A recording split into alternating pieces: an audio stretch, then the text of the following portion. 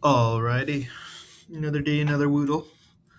I'm gonna start just zoom through the first two words that I always go with. We're gonna try to finish this up as soon as possible.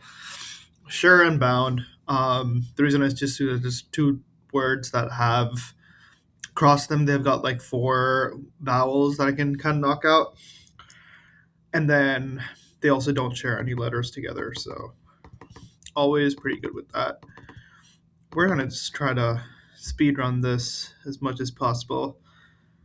My new goal is to try to you know, besides just try to get it within seven, I want to try to ideally finish it within 10, no longer than 10.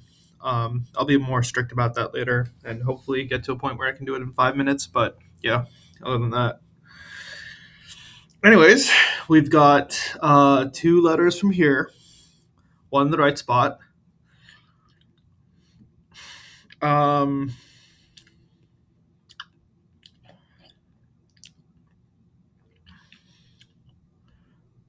mm,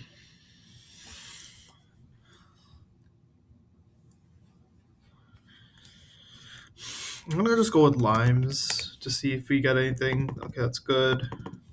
All reds. So far, I'm doing solid. I mean, there's two letters from here, so we know there's and one is in the right spot. We could rule out a T, and then just double check to see if that might be the word that the letter that we're looking for, or W. So, or P maybe potentially, or C. Okay, there's a lot of stuff that could go with the H, so the H might be a thing. The A and R are also not bad guesses, right? So I'm gonna try to rule out if I can just get one letter, I might be able to figure out the rest.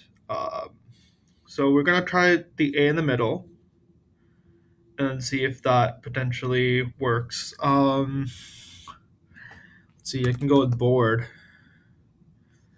and then I can see the AR kind of fit it in with that, but I don't want to do that. I actually want to try to um, just get the A, nothing else. Boast. There's a T in there, but maybe if I get the T out, because I do want to try the T at some point. So bound, that would be two tries for that. I'll get to five.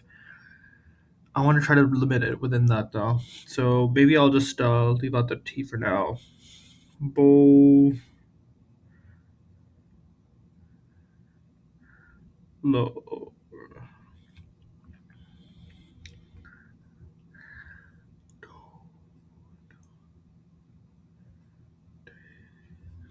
Let's try bees.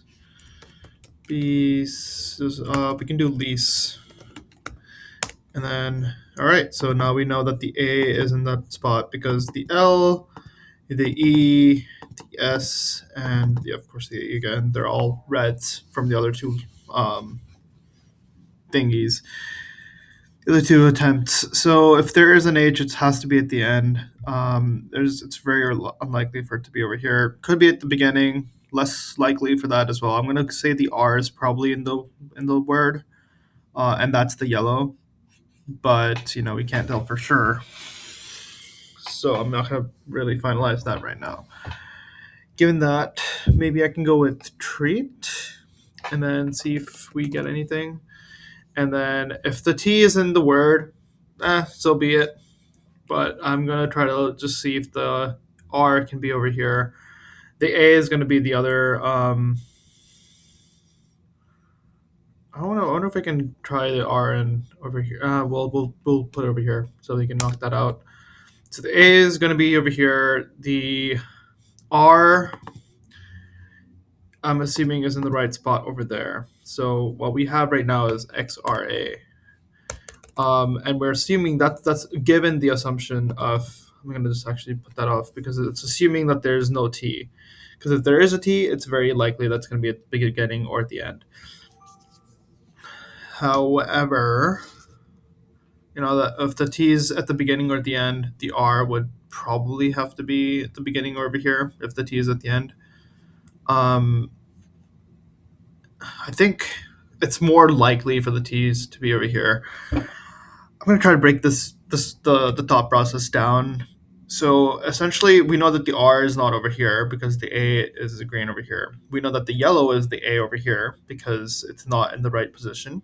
So given that the green exists, that's either going to be the R or the T's, one of those two, and both of them are kind of likely in a word generally. But given that we have a yellow over here and the R kind of, there's a 1 in 2 chance of the R actually being it. Technically, a little bit more because the R is more likely than an H in English, I think, roughly. And I don't have like any official stats on that, it's just the vibes. But given that we could say that the R is over here, if the T is the thing, that means the R isn't over there, right? Because that would have flagged something, and that means the H isn't in there. The H can't be in this position, so that means it's either over here at the beginning or it's going to be at the end. So you would have to have it start with a T and something, or it'd have to be ending with the T and the H at the beginning. I would say more than likely the R is going to be it. So we're going to continue on with that thought process. So right now I have XRA and then XX. The X represents, as always, some kind of letter that I don't know. Maybe I can go with the T won't be in if the R is not in that spot. So we can go. What goes well with this? I feel like it could be a G, a P, C, an F. Um, pra, prac. What if it's a CK at the end? And then we can have a frac. And then we can see what that does. Now what I'm gonna assume is the RNA. I'm gonna have a two greens thing. If it's anything other than two greens, or if it's less than two greens, that means I'm really off. All right, two greens. So that means we're gonna, given our assumption of RNA being the right spot, we're gonna say these two are the greens. So it's not track. We know it's not the T either.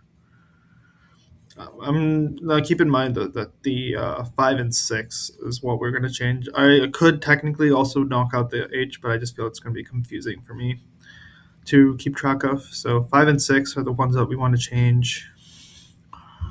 We have this I would have done graphed, but the T is also not there. The F is not there because of this. It could be graph as well, but the thing is the H, we said that wouldn't be a thing.